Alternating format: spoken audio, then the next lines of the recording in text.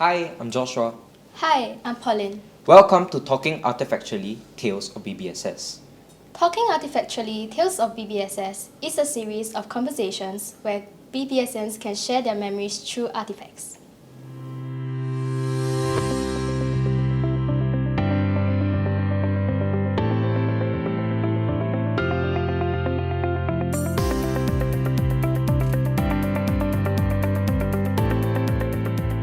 Mrs. Chua, could you tell us how you came to join the BBSS family, as well as what your first few years in BBSS were like?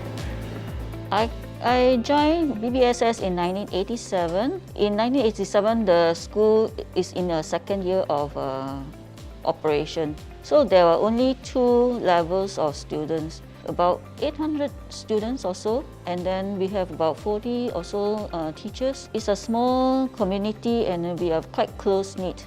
We bond together very well. Because the school just started, there was no O-level exams. So in the year-end period, we have a lot of free time. So we actually went on school outings. So we actually brought the whole cohort, the whole school out on like learning journeys. One of the more memorable ones was we went to the West Coast Park to fly kites. Yeah, so it was actually quite relaxing and enjoyable. And you see the students all moving around in the park. A good time for bonding with each other. Mrs. Chua, this is a set of brochures that we found during spring cleaning last year. Could you tell us more about these brochures, please? I kept these brochures for quite a long while. This dated back to 1999, 2000, 2001, 2002, 2003. Of all the 5, this brochure is the simplest one of all. Okay, it's just made up of like 2 pieces of paper and then bound together. However, these other brochures were very well designed. Simple brochure, okay? It's actually, you know who the guest of honor is. Our Minister for Education, Mr. Taman Shanmugaratnam, when he was the Minister of Education in 2003. He came to our school as the guest of honor. He being one of the biggest shot in the MOE, okay?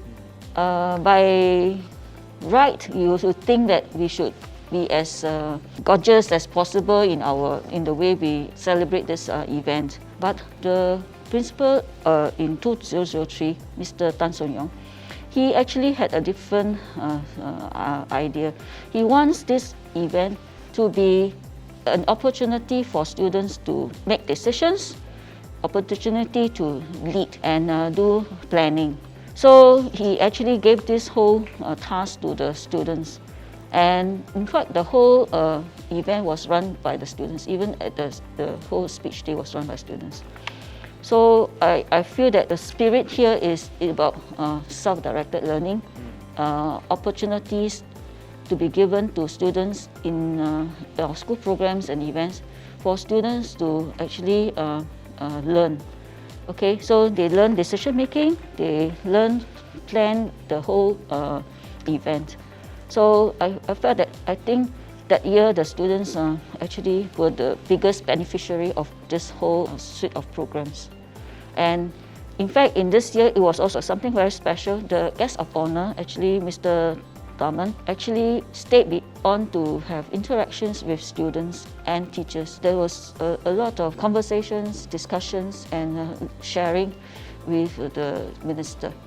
So I thought this was the takeaway from this whole event was, I think, the greatest for the students in that year.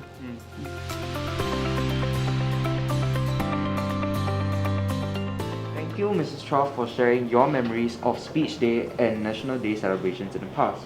Now, let's move on to the second artifact. This plaque was received by the CO students from Sarawak in 1994. Mrs. Chua, we heard that you're the first teacher in charge for Chinese Orchestra. Could you tell us more about your role, please? I became the teacher in charge in 1991, December of the year. It was so nice at that point. The HOD offered me to take charge of Chinese Orchestra. It was then there was no Chinese orchestra, so it will be the first performing arts group. This CCA is really unusual. Why?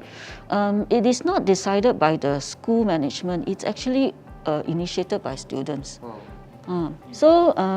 It was actually a group of students who were practicing or learning pipa outside of school. So they actually were so enthusiastic, and they went to approach the principal to request that the school start a Chinese orchestra. And the principal actually approved, and when I took over as the in charge, the instruments were already purchased. So actually I had took quite some time to actually get acquainted with the different instruments, to get the inventory going, and then we sort of started our actual practice in the school in 1992. In the beginning, although we have this enthusiastic group of students who brought in the instructors, but there's another group of students were actually not really engaged, because in CO there are different instrument types, right? So we actually have different instructors teaching the students. So we had some problems with this other instructor, and he was not able to engage the students. And we find that the enrollment start to fall. However, somewhere in the second term, there were some instructors that actually heard that we have an orchestra in the school and having problems with the instructors, and they actually came to offer their service. I was quite lucky, okay, that they came in, and when they took over the orchestra, they actually really formalized their training. There was more routine built in, and that was how they start to interest the students, and also set goals for the students to achieve. Before the year end, we were already aiming for to take part in the music and dance competition in 1993, March. So we had barely a year to practice. The students were actually very focused and very motivated. So with this help from the instructors and the support of the principal also, to allow us to actually have practice in even holidays.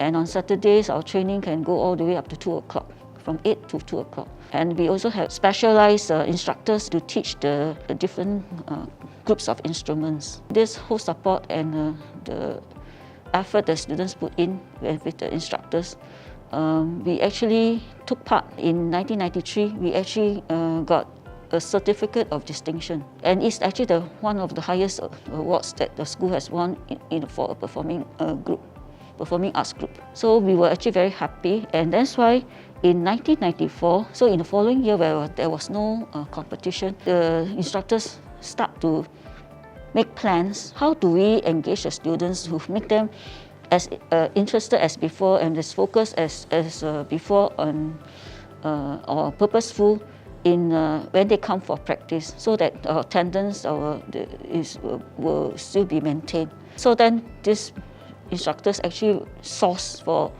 opportunities, and they were the ones who actually found for us CO groups in East Malaysia, in Kuching. So we actually then decided to take on this challenge. We actually to go to East Malaysia, okay, to Kuching to perform. So we brought 50 students over to Kuching.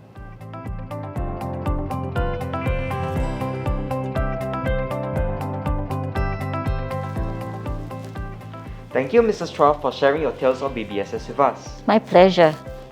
Thank you, Mrs. Chua. And with that, we have come to the end of the first episode of Talking Artefactually Tales of BBSS. Bye. Bye!